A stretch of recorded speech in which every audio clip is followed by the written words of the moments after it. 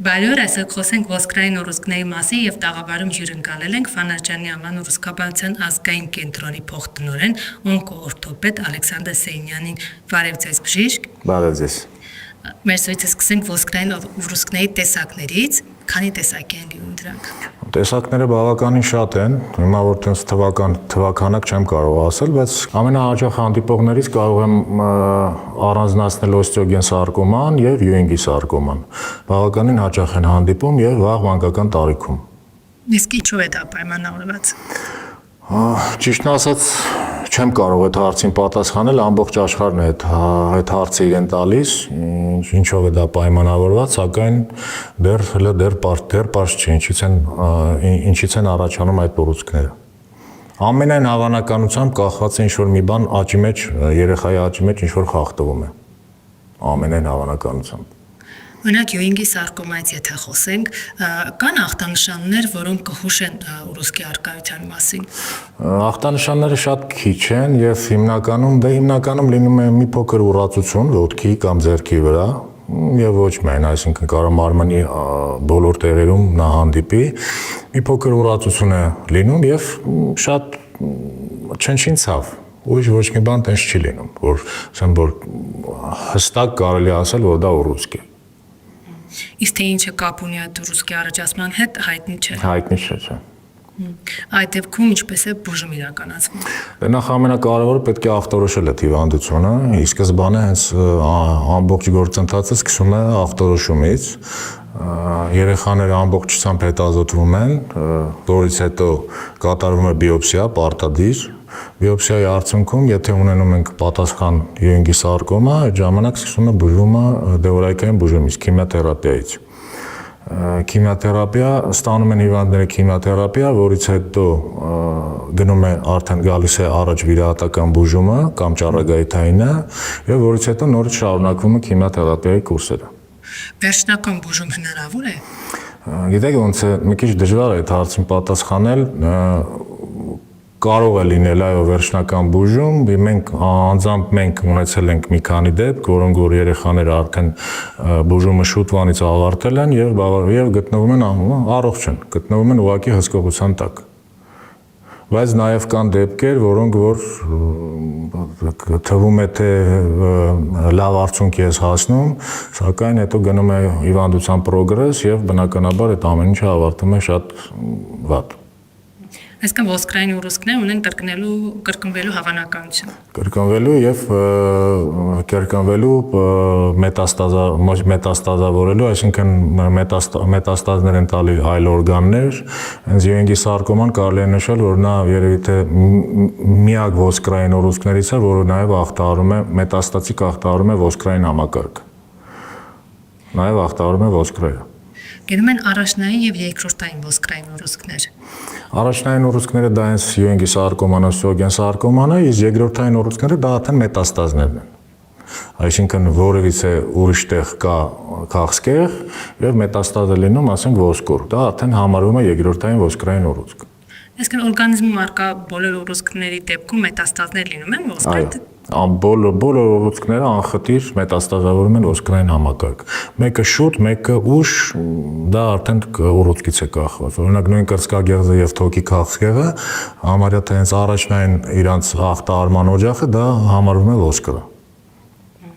Իդեպ ոսկրային ուռուցքների դեպքում թիրախում հենց թոքերն են, չէ՞։ Այո, ոսկրային ուռուցքների պարագայում դա թիրախը հենց թոքերն է։ Հենց առաջինը ի սկզբանե ախտահարվում է թոքային հյուսվածքը։ Ինչու՞։ Որտեվ իրանց մետաստազավորման մեխանիզմը հեմատոգեն է, այսինքն փոխանցվում են այդ արյան բջիջները արյան միջոցով եւ հենց թիրախը դառնում է թոքային հյուսվածք։ Ոսկրային ուռուցքների առաջացման դեպքում ժառանգականությունը կապ ունի։ Գիտեք ոնց է, համ կարելի ասել ունի, համ կարելի ասել չունի, որտեվ կան հիվանդներ, որոնք որ նշում են իրենց ընտանիքում ժառանգականություն, բայց հիվանդներ էլ կան ընդհանրապես որևիցե ժառանգականություն չկա, բայց ասենք երեխան հիվանդանում է։ Ուռուցքներ լինում են փափուկ հյուսվածքներում եւ ոսկրերում։ Այո, կան ոսկրային ուռուցքներ եւ կան փափուկ հյուսվածքային ուռուցքներ, ու դրանք տարբեր ուռուցքներ են, կատեգորիկ տարբեր են։ Փափուկ հյուսվածքների մեջ էլ կա բավականին բավականին չար ուռուցքներ, էլի սարկոմաներ, որոնք որ էլի եւս, բայց նրանք շատ ավելի վատ են ենթարկվում բուժման, քան ոսկրայինները։ Օրինակ, եթե մարդը վերջույթների հատվածում ունի ցավ, դա կարող է հուշել ոսկրային ուռուցքի մասին, թե կապ չունի։ Չէ, միայն ցավով մի քիչ դժվար է ախտորոշել, ու в принципе դրա համար կա հիմա առավել եւս հիմա կարող է դիմել նույն պոլիկլինիկա կարող է գնալ, ուղղակի անեն կամ սոնոգրաֆիա կամ ռենտգեն, ուղղակի ախտորոշելու համար ինչ խնդրեմ է, բայց դա այնպես չի, որ 100%-անոց պետք է ուռուցք լինի։ Այն որ ասում են հոդերս ցավում է, լինում է որ հոդացավերի համար ստուգում են, բայց բարձվում է ինչ որ ավելի բարդ խնդիրներ կան։ Երբ որ բոլոր հոդերն են ցավում, դա քիչ նման է в принципе ուռուցքային հիվանդությանը, բայց եթե մի հոդի ցավ է, в принципе կարող է լինել նաև ուռուցք ոսկրային։ Իսկ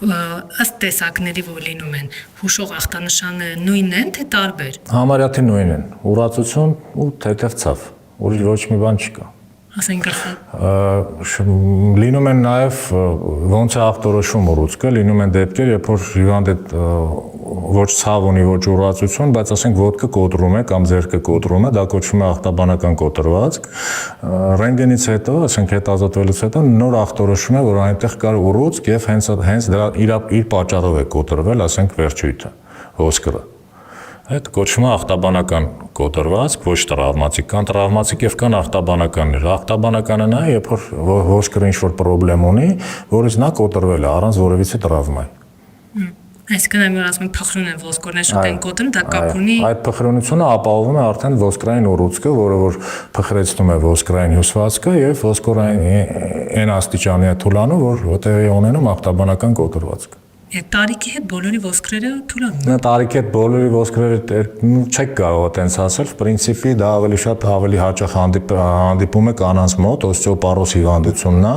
դա հորմոնալ խախտումների հետևանքով է լինում, բայց երեխաների մոտ եւ ասենք երեխաների մոտ հաստատ չի կարող լինել օստեոպար, լինում է, բայց դա պատճառ պետք է ունենա։ Առանց պատճառ օստեոպարոզը չի լինում ուղղակի երեխեքի մոտ։ Երեխաների դեպքում կարող է վիտամինների պակասը կապ ունենա։ Այ շատ դժվար հարցեր եք տալի, Անի ջան, մի քիչ դժվար է այդ հարցերին պատասխանել, այդ վիտամինները ճիշտ ասած չեմ կարող պատասխանել այդ հարցին, իրականում չեմ կարող, որովհետև ամբողջ աշխարհն էլի կրկնվում է, ամբողջ աշխարհը այդ հարցերին տալիս է, ինչ են առաջանում ոսկրային ուռուցքները, առավել ևս երեխեքի մոտ։ Կալցիում, վիտամին D կապ չունի։ Հիմնականում չէ, ասենց ասեմ, կալցին էլ է նորմալ լինում, վիտամին D-ն էլ կարող է նորմալ լինի, բայց ոսկրային ուռուցքը կա։ Էրիթրոցիտների նստեցման բարձր արագությունը կապ ունի ոսկրի ուռուցքի հետ։ Չէ, նստեցման արագությունը էրիթրոցիտների ինքը շատ զգայուն եւ շատ ոչ ճշգրիտ մեթոդ է այդ առումով, որտեղ նույն էրիթրոցիտների նստեցման արագությունը կարող բարձրանա ցանկացած բորբոքումից, ցանկացած։ Իսկ եթե բնականաբար եթե առաջանում է ոսկրային ուռուցք, իր կողքը բնականաբար կա բորբոքում եւ այդ նստեցման արագությունը եւս էլի ցույց է տալու, որ մի թեթև կարող բարձր լինի նորմայից։ Իսկ որ դեպքում են կատարում վիրահատություն։ Վիրահատություն հիմնականում կատարում են բարորակ հիվանդությունների ժամանակ, միակ մեթոդը բուժման բարորակ ոսկրային ուռուցքների դա վիրահատությունն է։ Եվ բնականաբար չարերի ժամանակ էլ են այդ նույն վիրահատությունները կատարում, սակայն ի սկզբանե պետք է հիվանդը բնականաբար ստացած լինի քիմիոթերապիա, դեղորայքային բուժում, որից հետո որ նոր գնանք վիրահատության, այսինքն քիմիոթերապիան ինչ է անում, նախ փոքրացնում է ուռուցքի չափսերը, որը որ շատ կարևոր է, եւ եւ ոչ պակաս կարևորը ագրեսիվությունն է իջացնում ուռուցքի, այսինքն ուռուցքը ագրեսիվից սարքում է ոչ ագրեսիվ։ Եվ որից հետո նոր կարելի է գնալ վիրահատական բուժման, որտեղ եթե չաղակ ուռուցքը մենք վիրահատենք առանց քիմիոթերապիայի, մետաստազավորման եւ կրկնողության տոկոսը մի քանի անգամ բարձրանում է։ Իսկ վիրահատությունից հետո հնարավոր ընդհանրապես էլ չկրկնվի։ Այո, լինել են ունեցել ենք նետվետքեր, որ ուղղակի չի կրկնվել։ Իսկ որ տարիքի մարդկանց մոտ ավելի շատ խնդիր հայտնաբերվում, ոսկրային ուռուցքներ ավելի շատ։ Որ ուռուցքները։ Ըստ տեսակների կարող է։ Ըստ տեսակների դա sense ասեմ, նույն օստեոգեն սարկոման ու Յուենգի սարկոման նրանք հանդիպում են հիմնականում վաղ մանկական տարիքում, մոտավորապես 5-ից մինչև 20 տարեկան հասակում են հանդիպում, հա, բայց նույն օստեոգեն սարկոման նաև կարող է լինել մեծահասակների մոտ։ Շատ հազվադեպ է լինում, բայց լինում է։ Խոնդրոսարկոման, նույն խոնդրոսարկոման լինում է հիմնականում մեծահասակների մոտ։ Չարորակ հսկա բջջային ուռուցքը հանդիպում է հիմնականում երեխաների մոտ, բայց նաև կարող է լինել մեծահասակների մոտ, տենց մի քիչ բարդ է ասել մի քիչ, էլի, բայց նույն օստեոգենն ու յուինգը նա հիմնականում վաղ մանկական տարիքում է հանդիպում, էլի։ Վիրահատությունից հետո կատարվում է պրոթեզավորում։ Ոչ միայն էնդոպրոթեզավորում, կարող է կատարվել նաև ամպուտացիա, հաշմով վիրահատություն։ Այսինքն լինում են դեպքեր, երբ ուղղակի վերջույթը չես կարողանում պահպանել եւ շատ ավելի լավ կլինի հիվանդի համար ուղղակի կատարել հաշմող վիրահատություն, այսինքն ամպուտացիա կամ էկզարտիկուլյացիա, բայց էնդոպրոթեզավորումը բավականին ակտուալ է հիմա։ Եվ դա երկար տարիներ է ծառայում, թե պարբերաբար պետք է դիմեն բժշկի։ Նայած ոնց է օգտագործվում այդ էնդոպրոթեզը, ինչ նագրուսկայի տակ է այդ էնդոպրոթեզը լինում, քաշը բավականին մեծ կապ ունի այստեղ, բոլոր էնդոպրոթեզով հիվանդներին մենք զգուշացնում ենք, որ քաշ չավելացնեն։ Պարտադիր է դա, պարտադիր պայմաններից մեկն է եւ բնականաբար եթե զբաղվելու է սպորտով, այդ էնդոպրոթեզով, որ կան տես դեպքեր, որ մարդիկ էնդոպրոթեզավորումից հետո սպորտով են զբաղվում, նա բնականաբար շատ ավելի քիչ է ծառայելու, քան այն մարդու մոտ, որը որ ուղղակի զբաղվում է առօրյա կյանքով։ Ունեք մի շարք հիվանդություններ կանխելու դեպքում խորհուրդ են տալիս սոնոգրաֆիա կատարել, որպեսզի բացահայտեն եւ կանխեն։ Այ ոսկրի ուռուցքների դեպքում նախապես ինչ հետազոտություններ։ Ռենտգեն։ Ամենակարևորը ռենտգեն հետազոտությունն է, ռենտգեն հետազոտությունը դա իսկ սկզբնական փուլն է հենց ախտորոշելու ոսկրային ուռուցքը, ռենտգեն հատուկ նախանշաններ կան, որոնք որ կարող են խոսել նրա մասին, որ ոսկրում կա ուռուցք։ Որից հետո արդեն հետազոտությունները բնականաբար խորանում է։ Հիվանդը ուղարկվում է արդեն մասնագետի մոտ եւ մասնագետը արդեն բնականաբար ուղարկում է իրան կատե քննությունների, MRT քննության, որից այդպես ամբողջովին հիվանդը պետք է հետազոտված լինի։ Եվ հիմնական ոսկի ուռուցքը ինչպես է բացահայտվում, մարդիկ պատահաբար գրում են ռենտգեն են կատարում, այդպես թե ուղղակի ցավերեններում համնենց կարող լինի։ Պատահական կարող է գնալ, ասենք, ռենտգենանի, իր մոտ ախտորոշի, ասենք, ոսկրային գոյացություն, եւ կան դեպքեր, երբ որ ուղղակի ցավեր են սկսում, մարդը դիմում է ռենտգեն բժշկի, ռենտգենի ժամանակ ախտորոշվում է ոսկրային գոյացություն։ Օրինակ հիմա մեծ լսողներ հարցնեն, որ հատվածը ռենտգեն անենք։ Չէ, այն հատվածը, որը որ ցավ է պատճառում։ Այն հատվածը, որը որ ցավ է պատճառում, բնականաբար, ասենք դիստալ հատվածը, այսինքն ազդերի հիմնականում օստեոգեն սարկոման եւ յուինգի սարկոման իրանց ամենասիրած տեղերը, դա ազդերոսկրի ստորին երրորդականն է եւ վերին երրորդականը։ Այդ իրենց ամենասիրելի տեղերն են, ասենց ասեմ։ Օստեոգեն սարկոման ամենահաճախը հանդիպում է նույն ազդերոսկրի ստորին երրորդականում։ Յուինգի սարկոմը կարող է հանդիպել ամենտեղ, կողոսկրերում, ողնաշարում, վերջույթներում, այսինքն վերին վերջույթ, ստորին վերջույթ, նաև կարող է հանդիպել գանգի ոսկրերում, յուինգի սարկոման մի քիչ կապրիզնից չեմ կարող ասեմ, բայց բարդ ուռուցք է մի քիչ, էլի։ Եվ մի շարք հիվանդությունների դեպքում լինում են ինքնաբուժության դեպքեր։ Այս դեպքում մարդիկ լինում է, որ իրենք իրենց փորձում են բուժել, չգիտեմ, յոդով, ինչով նոր գալիս են ցեզ են դիմում։ Խորհուրդ չենք տալի միանշանակ նախ յոդը ունի տաքացնելու հատկություն, որը որ խստիվ արգելվում է ուռուցքաբանությունում, տաքացնելու ուռուցքը, այսինքն ինքը կարող է դա անել, եթե ինքը համոզված է, որ այդտեղ ուղղակի սալջարդ է, հա, այդտեղ ինչ-որ միտեղ կարելի է ինչ-որ տաքացնել եւ այլը, որ ցավերից ազատվել։ Բայց եթե այդտեղ կա ոսկրային ուռուցք, որ խորհուրդ չենք տալի ընդհանրապես, որովհետեւ տաքությունը ուռուցքաբանության մեջ դա նոնսենս է։ Եվ լիպոմաները եւ ոսկրի ուռուցքները իրար հետ կապ ունեն։ Լիպոմաները եւ ոսկրային ուռուցքները նախ սենց ասեմ, լիպոմաները դրանք համարվում են փափուկ հյուսվածքային ուռուցքներ, սակայն կան դեպքեր, երբ որ հենց նույն լիպոման հանդիպում է ոսկրի մեջ։ Ներոսկրային լիպոմա։ Մենք մի քանի դեպք ունեցել ենք, շատ հետաքրքիր դեպքեր են, բայց բուժումը եւս էլի վիրահատական, ինչպես նաեւ